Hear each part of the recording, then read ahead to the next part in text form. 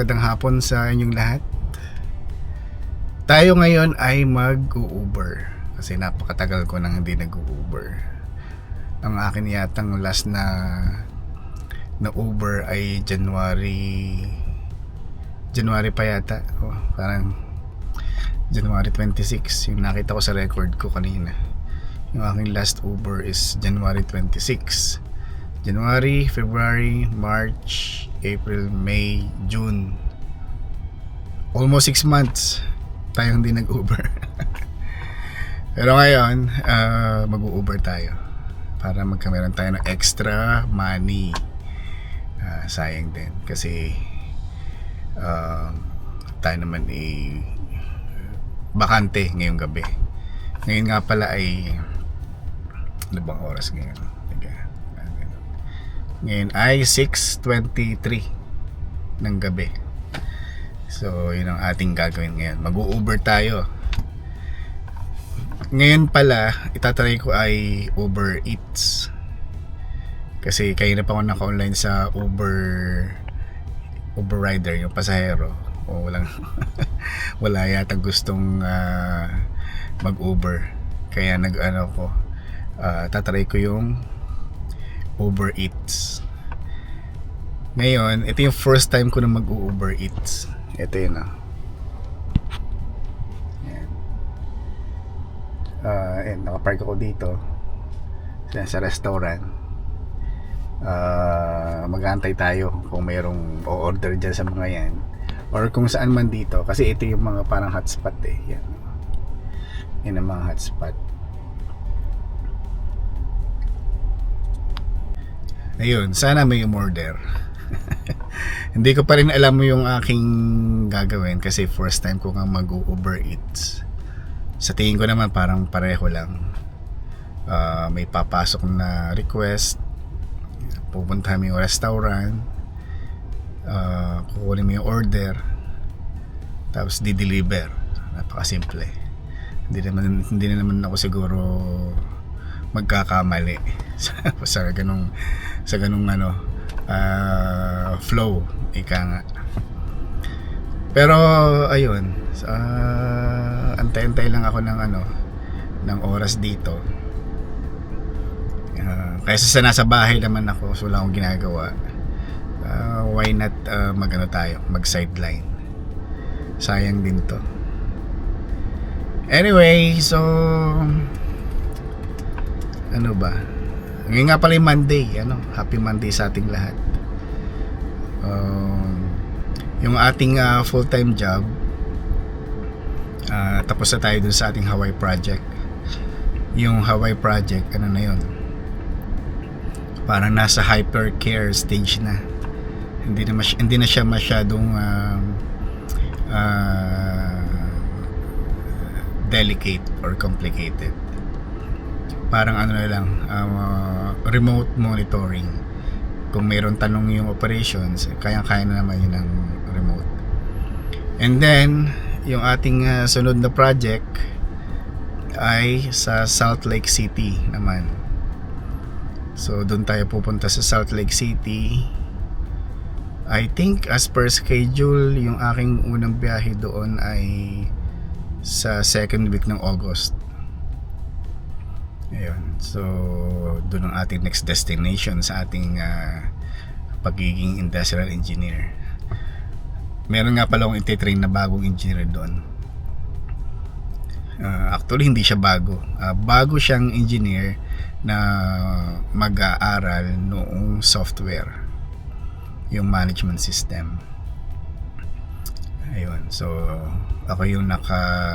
ako kasi yung lead engineer, so ako yung magte-train sa kanya doon sa software. Kaya exciting. Ayun. Ang alam ko yung engineer naka-base siya sa East Coast, sa North Carolina. Yun, medyo malayo rin siya sa Salt Lake.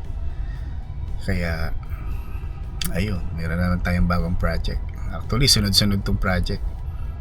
Kaya ako nga pala ititrain yung isang engineer kasi yung sunod naman dito sa Salt Lake City, Naku, ano ba yan?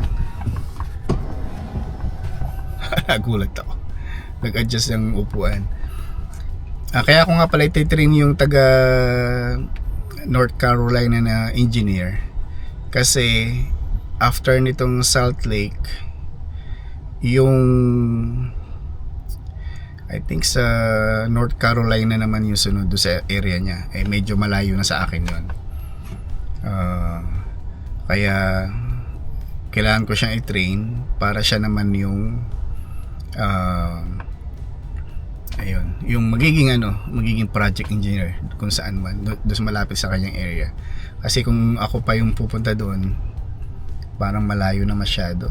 Kasi from Sacramento to North Carolina, parang malayo na.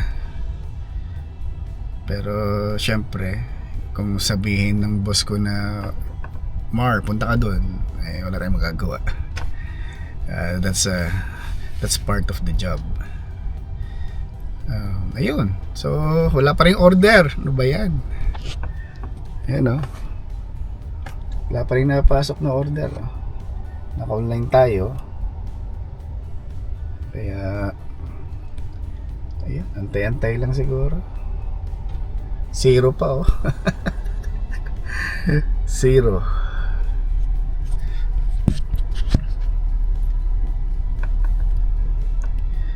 Ayun.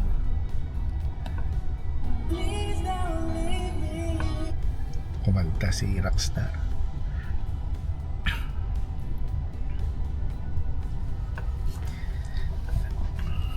Ano pa bang ating mga pwedeng mapagkwentuhan?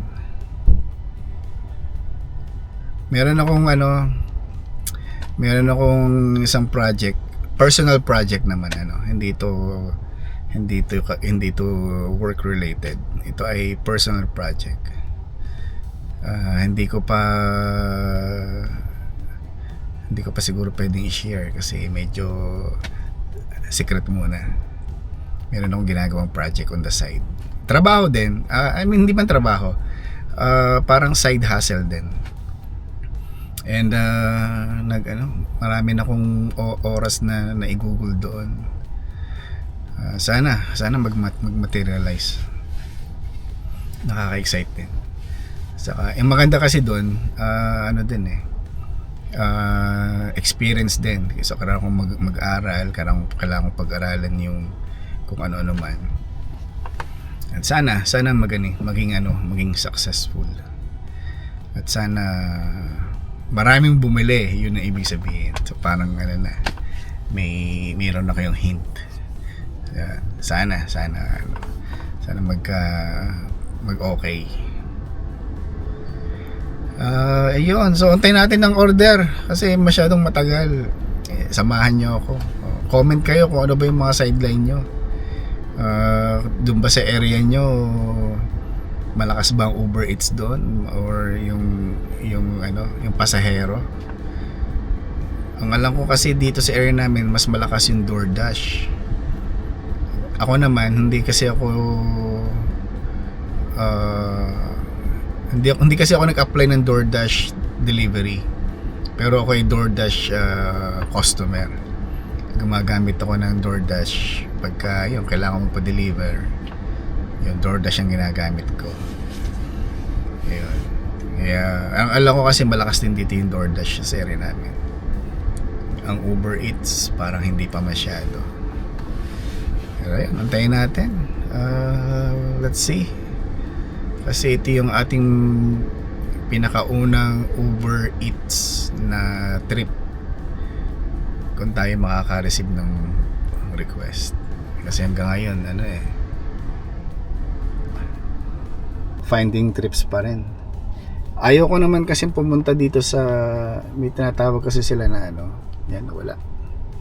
Yan yung parang mapa na yung hot yata ang tawag dyan, yung hotspot na ganun, yung mga kasi pag nagpunta ko doon parang baka marami ring nakaabang doon na Uber driver, kaya dito na lang ako, hintay na lang ako dito sa may restaurant din naman dito, Antay na lang ako kung may mag-o-order dyan. At sana ako yung sa akin ipadala ni Uber yung request.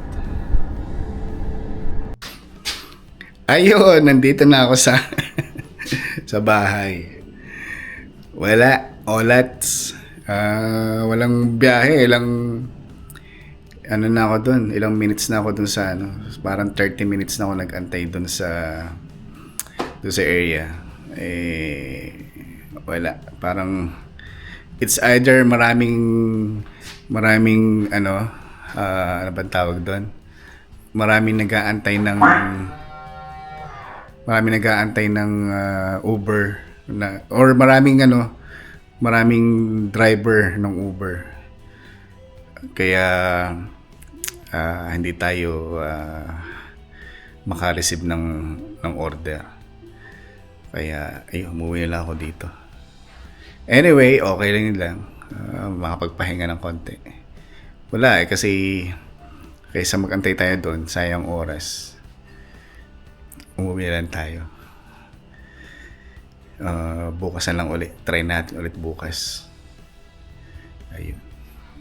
Pero ngayon ay pakita ko sa inyo yung labas namin.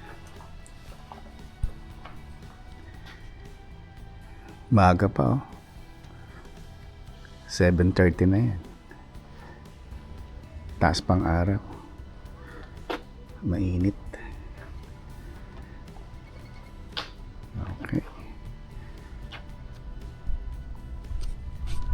So ayun. Salamat na lang. Next time ulit.